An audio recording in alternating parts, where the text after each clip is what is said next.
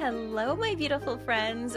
Welcome back to the show. Today, I am super excited to dive in to this conversation with Carolina Guzik. She's a Miami-based wedding photographer and host of the Tog Republic podcast. I love getting to chat with other podcasters, and I knew when I stumbled on her, we had to get her on the show. So without further ado, here's Carolina. Welcome. Hey, Lisa, welcome. I mean, welcome. No, I know. You're supposed to host me. I get that. I do that too. I'm like, welcome to my show. I love it. That's exactly what I do too. All good. All good. Awesome. I'm Well, so thank glad you to for having me. I love it. I can tell we're already going to have a good time. I hope so. So tell us who you are and what you're really passionate about. Okay, so I am a dog owner. I am a wife. I am a fan of reality TV, and I'm also a photographer. Yeah. I've been doing it for, I think, 15 years. Yep. I remember going full time in Yep. 2010. Is that Yep. correct? I don't know which year I am. So it's been a long time. And I love it. I went to school for mass communication and advertising. So one thing led to another, and I became a photographer. I started as a family photographer. I Yep. said, I'm never going to be a wedding photographer. Do not want to do that. And here I am today. I am a wedding photographer that sometimes photographs families. I love that. I love that. I started in 2010 myself, but I am a maternity newborn and I completely, that's my niche. I dabble in a little family, but give me the bellies and the babies, all day long. I'll send them to you all day long. That's the only thing. I do maternities every now and then, but Yeah. the baby situation, love them. Love yeah. a cute baby. I think that you really need to be extremely talented to Yeah. photograph newborns. I do what it's called lifestyle sessions when the baby is 3 months old, but yeah, no, those cute little, burrito Yeah. babies, as I call Yeah. them, can do. Yeah. Oh yeah. I'm a post photographer through and through. And I've only photographed 2 weddings in my life and I will never again. They're So- so much easier than babies. What are you talking about? Funny. I was like, well, I used to be a wedding planner. Oh, that makes then- sense. Right. And so I used to work for a university and I would have at least 5 weddings going on every weekend. And then after that, I became a makeup artist. And so I did wedding makeup. And then so when I became a photographer, and my friends were like, obviously you're going to do weddings. And I'm like, no, obviously I'm done. Right? Don't blame you. Don't blame you. I love it. So I want to talk a little bit about creativity, but also using your creativity with your business and your marketing side, especially when it comes to content creation for social media and other platforms, because it kind of just feels like it's never ending. And do you have any strategies or maybe any approaches so it doesn't feel quite as daunting? I don't. This is the end of the podcast. The end. Goodbye. It was nice chatting with all of you. No, I'm kidding. I mean, I think that you do need to be organized, right? Yeah. So I do have a calendar where I say Monday, Wednesdays, and Fridays, I am posting on my social media. What that post is going to be, I don't know. What kind of content is going to be, I don't know. I do it weekly. I know people that are extremely organized and they can do a whole month. Yeah. That for me, for my personality, seems a little bit too overwhelming. Yeah. And if I get overwhelmed, I don't get to do anything. Yes. And then that becomes a horrible cycle where I don't promote my business. So I figure it out. Mondays is the day where I brainstorm, where I plan, and when I schedule what I'm going to do for the week. Awesome. So that's one thing that I think it's important for people. You try to take on a lot, you're going to get overwhelmed, you're not going to do it. So the easiest thing is to break down the task. Now, today we have so many things, right? Because 3 years ago was just we're posting on social media. Now the term of content creation has entered the photography industry, and it's not only about those beautiful photos that we have to showcase, but it's the behind the scenes, the process, and that seems very tedious for a lot of people. And I'm not here to sugarcoat it. It is a little bit tedious. Okay, good. Because I feel that way. It is a lot, and I think that we need to pace ourselves. I myself, I think that I'm really good at creating content with what I have already. For example, my photos, right? Edited, beautiful. I can create blog posts. I'm okay creating carousels on Instagram. Now I'm getting into maybe a little bit of the behind the scenes. To be honest, hasn't been really easy for me because when I am, for example, at a wedding, my main focus is the couple. I'm not there to create content for myself. But I also understand that other couples wants to see behind the scenes. So I am just, venturing a little bit into this new extra content that I now have to create for my brand. I think that's you hit the nail on the head because I think that is the struggle for so many photographers is we're supposed to be in the moment doing what we do best. But then we have this sort of shadow lingering in the background, like, oh, I need to be doing and making sure this is being recorded so I have something to share on social media, which can definitely take you out of your zone of genius, which is Yes. creating, doing what you're supposed to do. And I think that, like, I love that you mentioned this because it's something that I do with my newborn sessions. I love having the behind the scenes after, but when I'm in the moment, it sometimes takes me out of what I'm doing when I know that there's a camera recording me. I also don't Right? want my clients to feel that I am there to create content for my business. I Right? think that as a client will give me the ick.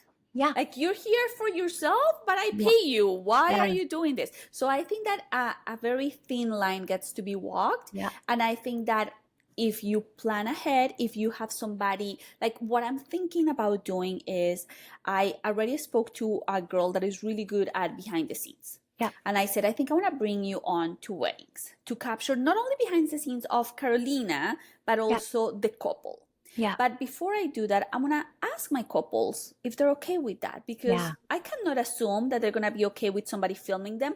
I myself, I project a lot of like my personal, maybe insecurities into my clients. I wouldn't like somebody filming me without me knowing what's happening. Yeah. So maybe that's a Carolina problem that I need to address. But for me, moving forward with like this new idea of content creation, I would get permission from my clients to do that. Yeah, I love that. So when it comes, you mentioned that you do brainstorming sessions usually on a Monday. So how do you approach the planning those ideas for your social media? So I am very methodical and I am very type A. So like if I have a plan, I know I can stick to it. So many years ago, I decided that for my business, I was going to talk about three things, right? My business, obviously, but I also want a little bit of like personality into what I create. So another pillar that I talk a lot about is my dog, my yoga practice, and my love for reality TV. So when I am thinking about scheduling my, for example, Instagram post, even though all of them are, if you go to my Instagram, there is no like pictures of me per se, it's all clients, but in the content, in the description, it's like, what am I going to be talking about? So sometimes I'm like, okay, today I'm going to talk about, a vendor that I love. So I'm going to showcase my vendor. The next post is going to be images of my clients, but I'm going to be talking maybe about the latest reality TV show. And then the next one is going to be, again, a picture perhaps of my couples, but I'm going to talk a little bit about my personal life and how, that connects with like me being their photographer. Right? So for example, I would say like, here is a picture of Tommy and Max and their dog, Simon. And I love dogs, my dog, Olaf. And if you own a dog and you want photos of them, let's get in touch. I mean, obviously I would craft a better description, but along those lines. So I have my pillars of content, which would be like my clients, my vendors, my yoga practice, my reality TV shows, and my dog. And then when I'm looking at photos, I'm like, how could I involve any of these topics in that image? So do you have any advice on someone who maybe doesn't have pillars and is like, what are my pillars? Like, I am so boring. Like, nobody cares what I've had for lunch, right? And you're approaching it from that way. So how do you figure out what your pillars are? So I think it's important to understand that, now on social media, we have like, oh, you need to be vulnerable for people to, and I am extremely private. Like, people know, I've been married for over 20 years Yeah. And just recently, people were like, I didn't know you were married because I Yeah. never talk about things like that. So Yeah. you don't have to disclose things that are very private to you. But as you mentioned, we all have our little things that we think that they're so vain and that nobody cares about. When in Yeah. reality, there's people that perhaps care about. Maybe you are an introvert and you love reading. Yeah. You can talk about the books that you're reading. You can showcase a little bit more of that. Perhaps you like to talk a lot about your clients because maybe they're very nervous the day of the session or they have insecurities and you're really, really good at calming down their insecurities. So talk about that. Perhaps, let's say as a family photographer, you are also a mom and you understand how challenging it is to get your kids looking all pretty out of the door. And maybe Yeah. you can talk about like, hey, your family photos don't need to be all perfection. It is okay if, the kids run wild a little bit Yeah. because that is reality. So, talking about those things are important. Again, if you're super private like me, think about what would you share with somebody sitting on a plane right next to you. Oh, Have that's a no problem talking about my dog, yoga, and reality TV. Talk yeah. your ear off about those things. Yeah. And again, I'm not sharing anything that I don't feel comfortable sharing. I don't Yeah. like to be pushed into like, oh, you need to be vulnerable for the sake of being vulnerable. No, Yeah. you just have to honor what you're comfortable sharing. I love that because I think, with all the Brene Brown things that we've had over the past Mm, 10 years, that sometimes vulnerability and oversharing sort of happen. yes. And you know what, like you're being vulnerable, but it's also sometimes you're just like, wow, that was maybe too much. Like maybe you should have kept that a little close to the heart.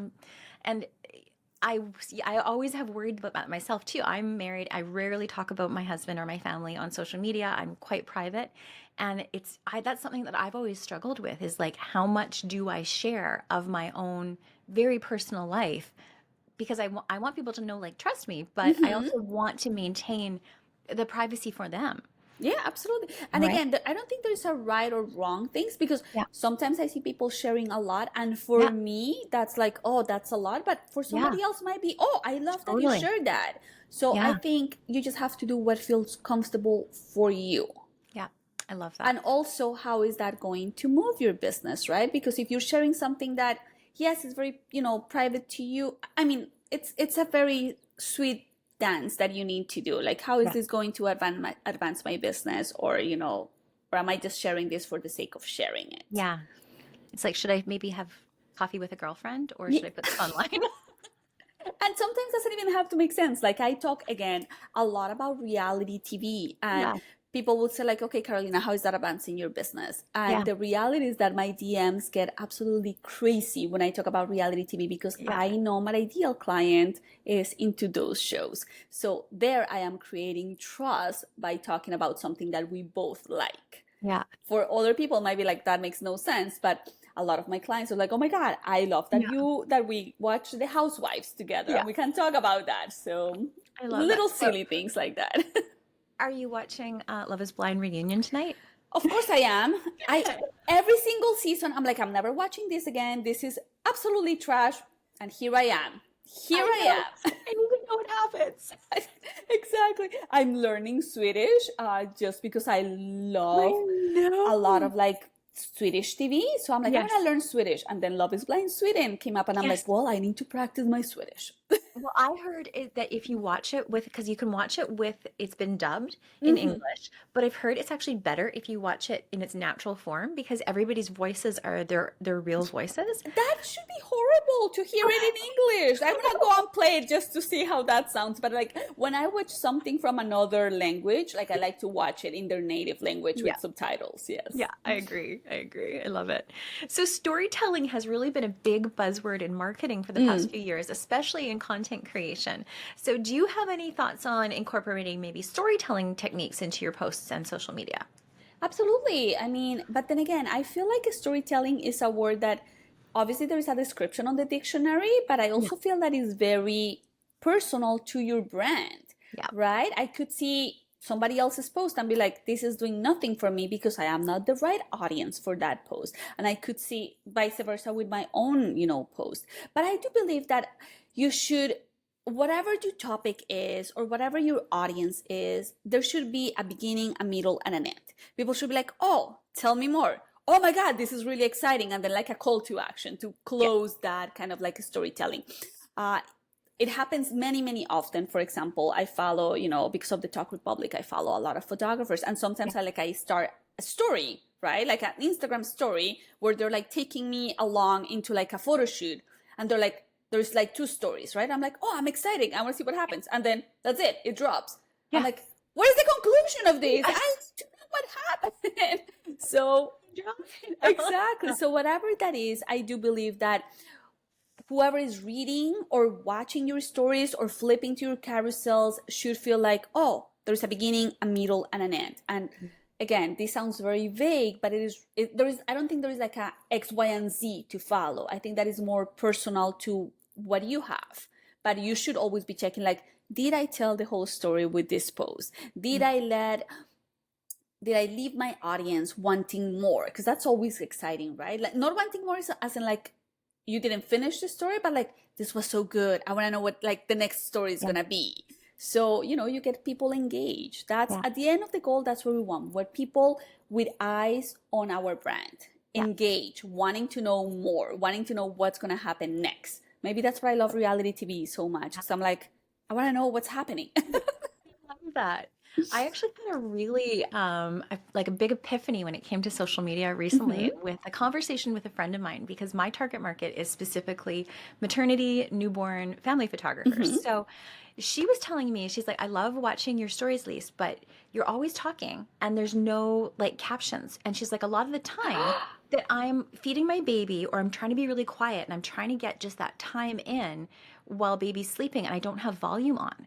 So if you have the captions and I had so I was like, that's brilliant. Like, I never That is a thought of that. cardinal sin, Liz. Right?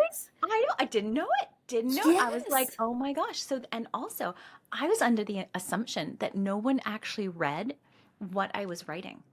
Like, I thought no one was reading my stories anyway. And she said, no. She's like, if anything, write the entire story. She's like, figure out how many characters you can actually have and fill the whole thing and see what happens. And the crazy part is so I did an experiment. I put a picture of myself and then I wrote a story about sort of my journey and what has been happening in my life over the past year. And it is like the most commented, most liked post I've had in at least 10 years. Like, it blows my mind. People love it. Right? Yeah. So, okay, so one of the things that you should do when you're creating stories, especially on Instagram, captions is always a must. And it's so easy. It's not like you have to write it. It's like automatically, like you just post. There are some countries that don't have captions. So that I understand. There is people like, if you are based, for example, I have friends in Sweden, they don't have captions. Wow. So didn't know that. if you don't have captions, you should at least give me the bullet points of what you're talking about. Because not everybody's listening and not everybody is, so a lot of people are watching stories at work. They're not supposed to have the volume on.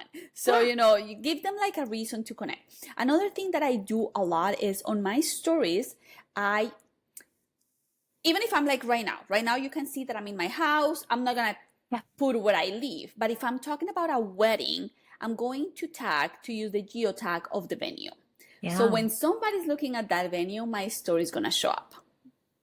So that's always a plus. Another thing that is really good is to tag people. So maybe they can repost their story if it's like a public profile. So there is many ways to like within what you can do to amplify your reach per se. I love that. Have you done much on TikTok? I am not on TikTok at all. No. And the reason why is because I don't enjoy creating that kind of content. Yeah, I don't enjoy creating reels. I don't enjoy a lot of the dancing. And I know TikTok is more than dancing, but in general, like, I don't enjoy that type of content. So one of the things that I have set up for myself and for my brand is I'm only going to create content where I enjoy creating content, because if not, it's going to become a tedious task that I'm going to drag. And if I drag it, I'm not going to do it. And I don't want to have a profile that is empty on TikTok. If people is like, oh my God, look at Carolina on TikTok. Oh, there is nothing. They're going to be like, maybe she's out of business. So I don't want that. Yeah, I love that. That's a really good point. I love that so much. Yeah, we don't have to be everywhere, but we do have to be where it matters and where we are feeling comfortable creating content. Yeah. Now, do I love blogging? Not really, It is a pain, but I love the results that it brings to my business. So I Yeah. do make an effort into Yeah. creating, blog posts. So I not love. everything has to be that you love it, but it has to make sense for your business.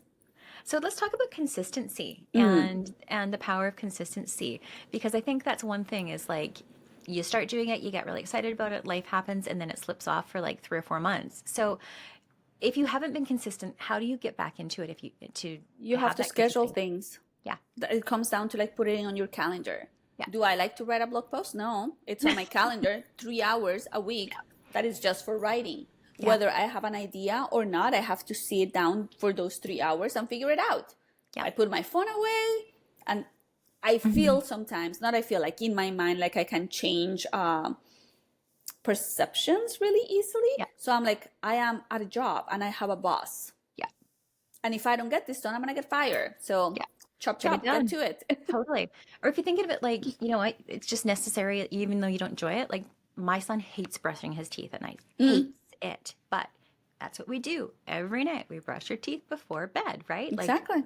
so it's like brushing your business teeth, I guess. It is. You have to, you really like, if you just wait for inspiration to arrive, or if you wait for like the right moment, nothing is going to get done because Yeah. inspiration really never arrives, to be honest. Like you Yeah. have to like, it's like a muscle. You have to work it. Yeah. So we hear a lot from photographers that they are posting consistently, but they're lacking in engagement. So do you have any Mhm. strategies on engagement boosting types of posts? Okay, so like technically boosting, I don't boost, like I don't pay for my Yeah. engagement. But if you paid and it works for you, good for you. You have to do what works for your business. What I do for my engagement, let's talk about Instagram because that's where I am a lot. I post Mondays, Wednesdays, and Fridays. Generally speaking, after I post, I create a set of Instagram stories talking about the post. For me is really easy because, I mean, not for me, for wedding photographers is really easy because we have 10 vendors that were a part Yeah. of the wedding, right? So when you describe what happened at the wedding, tag all the vendors, it's good juju, Yeah. you're showcasing them. If they see your photo, most likely they're gonna repost it. Now we have collaboration, so if you're a family photographer and your client has given you, the green light, invite the parents to the post to collaborate. What Mhm. it means is like they will get a notification, and if they accept, the photo appears on their feed. So all their audience now sees that photo and they like and comment on the photo. So that amplifies your reach. For wedding photographers, you have 15 people that you can, tag on your post. And I think it's like a max of 5 or 6 that you can collaborate. So you can do that. Then I create Instagram stories about it. Then, because I don't post on Tuesdays, for example, and the majority of the times I create carousels because I think that's what my audience enjoys the most. And it's also really good for storytelling, right? I can post 10 photos and I'm telling the story of a wedding day or a family session. On Tuesday, I go and I talk again about perhaps the photos that I didn't highlight, right? I go to like the middle of my carousel and I'm like, hey guys, look at these photos, whatever. If I create a blog post, I publish the blog post. Then I go into social media to talk about the blog post. Now, the thing with social media is that people have the fear that they're like showing up too often. They're like, oh my Yes. God, but I talk about this already. What are people going to say? Nobody's remembering what they saw this morning. Mm-mm. So you can talk about it again tomorrow and the day after, and nobody's keeping tabs on you. And if they're keeping tabs on you, good. That's Yeah. also good. So for blog posts, I promote them the week, that I, let's say, publish that blog post. And 2 months later, I come back and I really talk about this, and I do this over and over again throughout Yeah. the year. So I am not shy about talking about my business. And I think if people listening to this, you need to embrace that, because if you don't talk about your business, nobody else will. So you have to get over the fear of like, oh my God, people already saw me, or I already talk about this session. Do it again. Repetition leads to success. I I don't think love that's the that. actual quote, but it's, that's the sentiment of it. It works. Yeah. I love it. So let's talk a little bit about SEO, search engine optimization. So, what are some key SEO tactics photographers can implement to improve their visibility and ranking on search engines? Alrighty, so SEO is not even a marathon. That's a triathlon. It's a lot of work. And it takes a lot of like a long time to start ranking. But you have to start, right? If you don't start today, you're not going to be ranking a year from today. So a couple of the things that people should be focusing on is relevant keywords. What do I mean by that?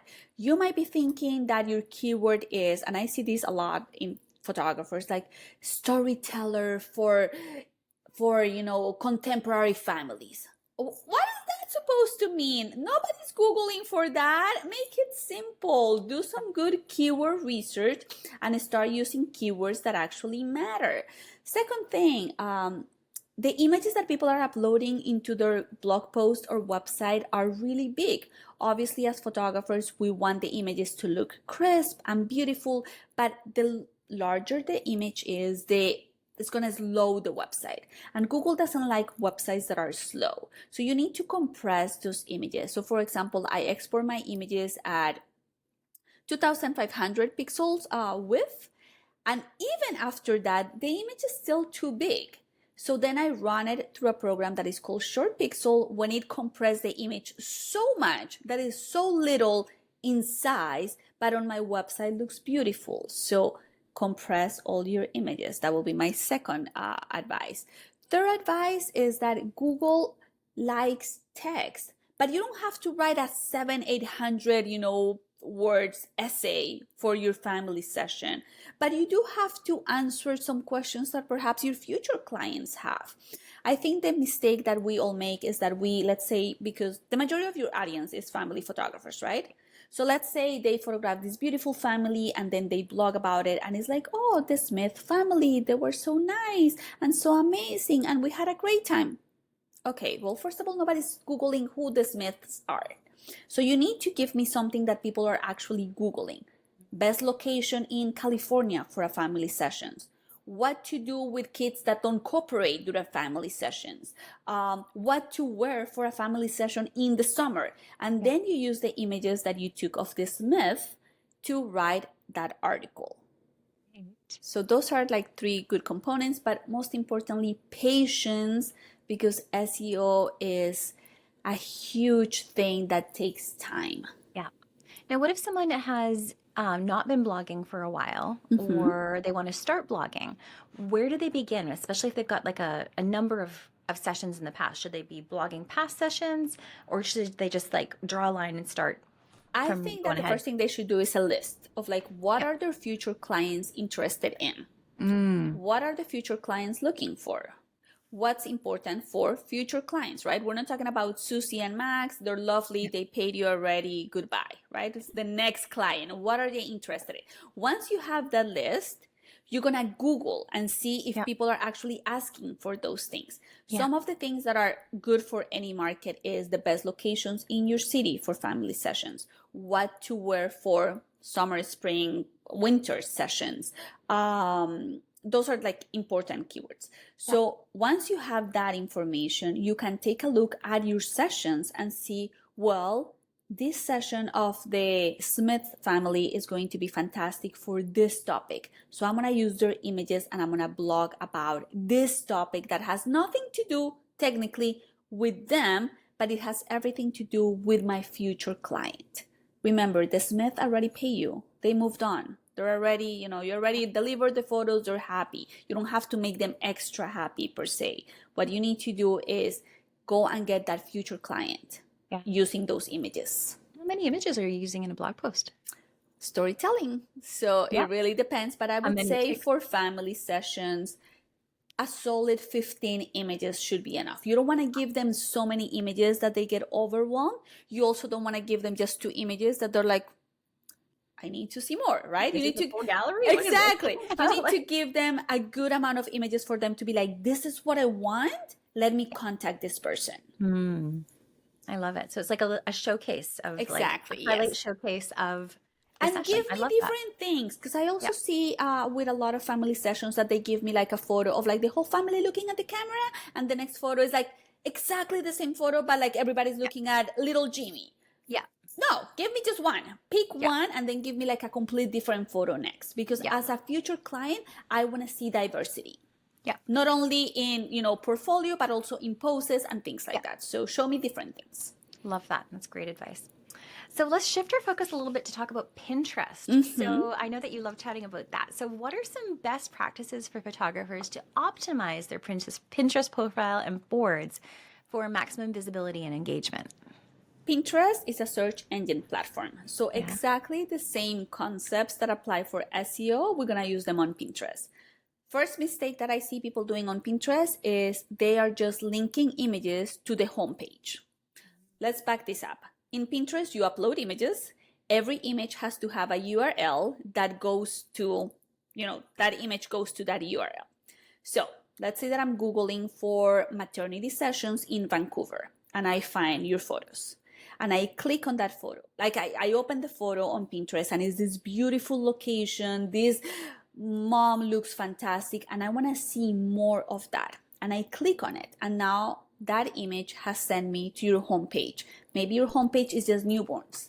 So now I'm lost as a future client, right? I'm like, okay, cute newborns. Eventually I'm going to need photos of a newborn, but right now I need a maternity session.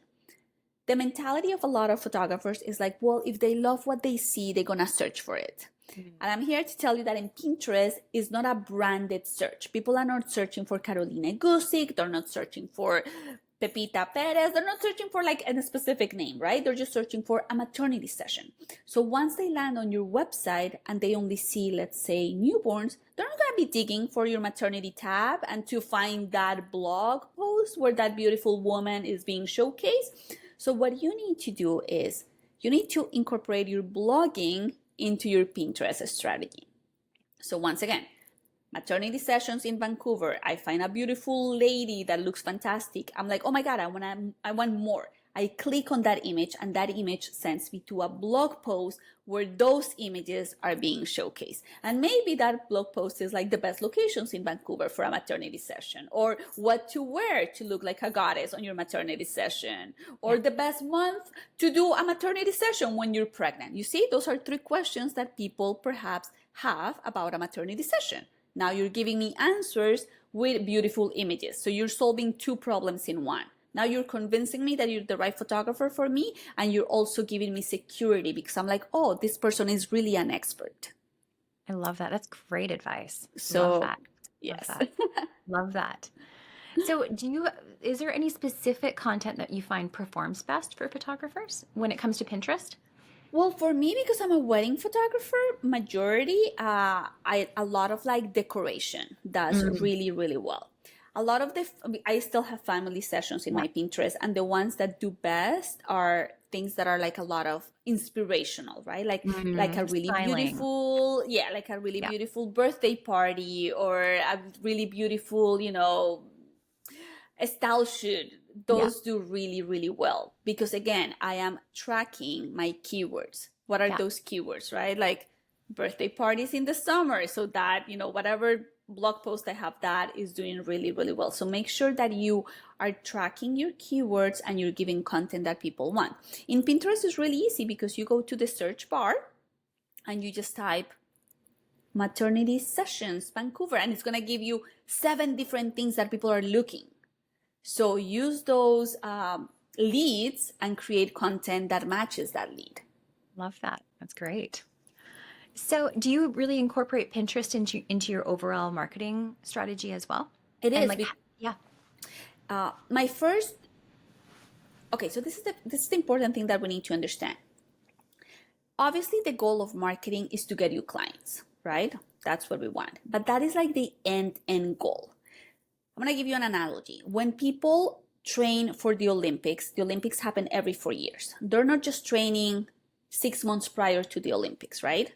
They're training 4 years before the Olympics, right? And between getting to the Olympics and the first day they start training, there are going to be other competitions that they need to perform really well. Same thing happened with marketing for your photography business. The end goal will be the Olympics, will be to get the client. But between you, start marketing and the client, there's other things that could happen. If we just think about the client at the end of the day, we're going to get really disappointed because we're going to do a lot of things that we perhaps don't see get a client in return. We're going to be like, oh, I'm not going to do that because that doesn't give me clients. So what I want you to do is to break down what you are doing and the platforms you are using into like a smaller goals. For example, for me, SEO means that I'm going to get more eyes on my brand. That's what I need. I need eyes on my website.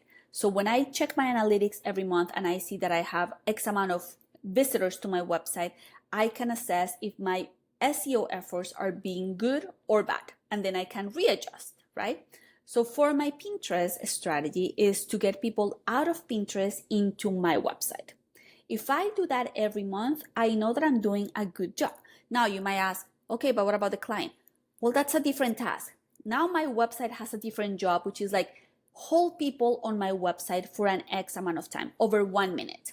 If every month I check my website and people are leaving before reaching 1 minute, I know that I need to fix my website. And then that will lead, to like the next step. That will be like a contact form and then a discovery call and then the client. So many, many steps. So when I incorporate my Pinterest, for me it's really important because I need eyes on my brand. So the first thing that I do is SEO. So that's the first task that I do that gets a lot of eyes on my brand. The second thing is Pinterest. So I put a lot of effort into my Pinterest.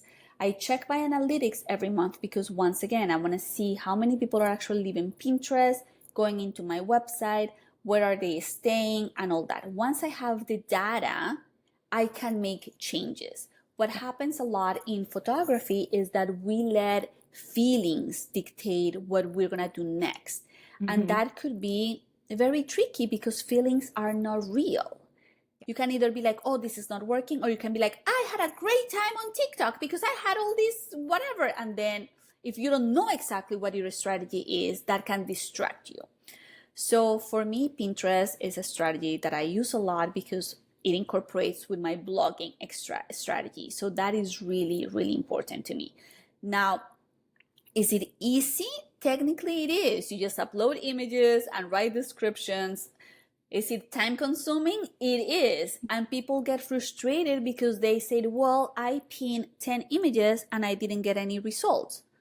Okay, you pinned 10 images. When did you pin them? How did you pin them? Did you use the right keywords? Did you use the right descriptions? When I do like Pinterest, what's the name of that? Like an audit for people. Yeah. They're like, it's not working. I'm like, it's not working because one, you're not pinning enough. You're not using keywords that people are searching for, and you're sending people to your homepage. Yeah. Pinterest is a search engine platform. People are asking for a specific thing. You need to give them the specific answer. So we need to analyze all those things before we make decisions to see if something is working or not. I love that. That is such good advice, because I think Pinterest is not really something that's talked as in the photography industry as being something that we can use to our advantage as photographers. So there really aren't that many photographers that are doing it. That's why I have a class. You can get it. Yeah, I think you should. And also another thing that is important to understand is like, again, timing. I think that Instagram has ruined our brains with like immediate likes, immediate comments, right? We want that like in the moment. Pinterest can take 6 to 8 months to lead results. So once again, you need to be consistent and you need to be patient. Yeah.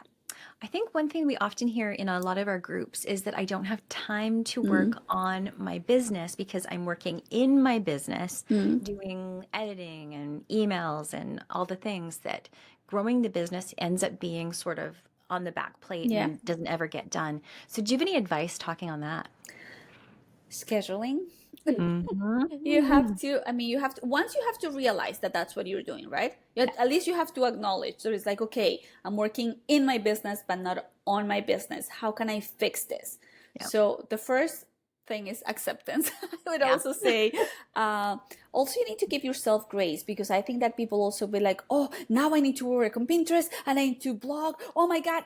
No. Just take a deep breath and we're just going to do one thing at a time. For Pinterest to work, you do need to have a blog. So let's start with blogging. Start with that, easy breezy, and then you start incorporating everything else. You need to, if you can't, you should ask for help, right? If you can afford a VA, if you can delegate, those are things that, that will be very helpful for you. But if you cannot afford a VA right now, then you need to schedule your time better. One thing that I learned in a timing class that I took long ago was like assign a theme to your days. So for example, I have my podcast, which is the Talk Republic, and I have Carolina Guzik Photography. I know that on Thursdays is my podcast day. That's when I record my episodes. That's when I write the content for my episodes. So I know that day is only for podcasting. Now, do I honor that every single week? Sometimes I don't, but at least I try to like have something very, very clear that on Thursdays is podcast day. If you are a family photographer and you want to start working on your business, then for example, say Mondays is the day that I'm gonna think about networking. I'm gonna send those emails that I need for networking. I'm gonna do a blog post once a month. You don't need to blog every week. Once a month, I'm going to do a blog post, but on Mondays is when I'm going to think about the topics that I want to write about. I'm going to do my keyword search. Maybe on Mondays, I also create 2 images for Pinterest, little by little. We don't have to like get overwhelmed, but we do have to have a little bit of a structure. Yeah, I love that. Oh, such great advice, Carolina. I love this conversation. Love it. Thank you. Love it. I love it. Okay. Well, we're going to head into our lightning round a little bit, if you're okay with that. Okay, sure. Let's do this. If you like to cook, what do you like to cook the most? I love to cook. I call it chicken cacciatore. I don't think it's called chicken cacciatore, but it's like a chicken stew with a lot of vegetables. That is my favorite thing to cook. I love it. Okay. Oceans or mountains, and why? Both. Yeah, I live by the ocean, so like I take it for granted, and I just love the mountains. Like I love a good sweater. I love a good like a smell of pine tree. Love it. I love it. Favorite guilty or not so guilty pleasure? Oh, reality TV. Reality TV. Yeah, no shame on that. I love it. What 3 things do you want to be remembered for?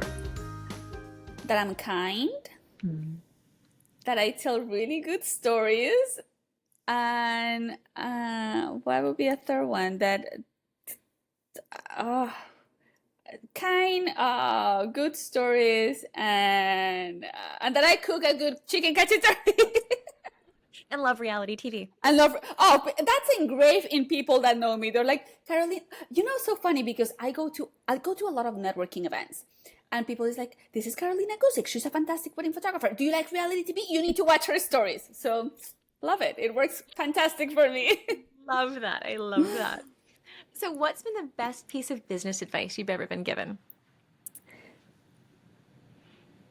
Look at the data. Don't let your emotions dictate what you do. Good one. That's a good one. It's difficult because sometimes you're like, this isn't working and I hate it, or I don't like doing this, but you have to look at the data before you make anything in your business. Love that. What advice do you have for someone just starting out? Pace yourself. Yeah. And be patient. This is not going to happen overnight. Yep. I mean, it might. You might be super lucky, but the reality is like when we see somebody like, oh, this was an overnight success, it wasn't an overnight success. Go back and look at the story. It's been years of that person working towards a goal. Yeah, I agree. Where can our listeners learn more from you? So people can find me on carolinaguzik.com if they want to see, pretty photos. And if they want to know more about marketing, if they like podcasting, then the talkrepublic.com, togrepublic.com. I love it.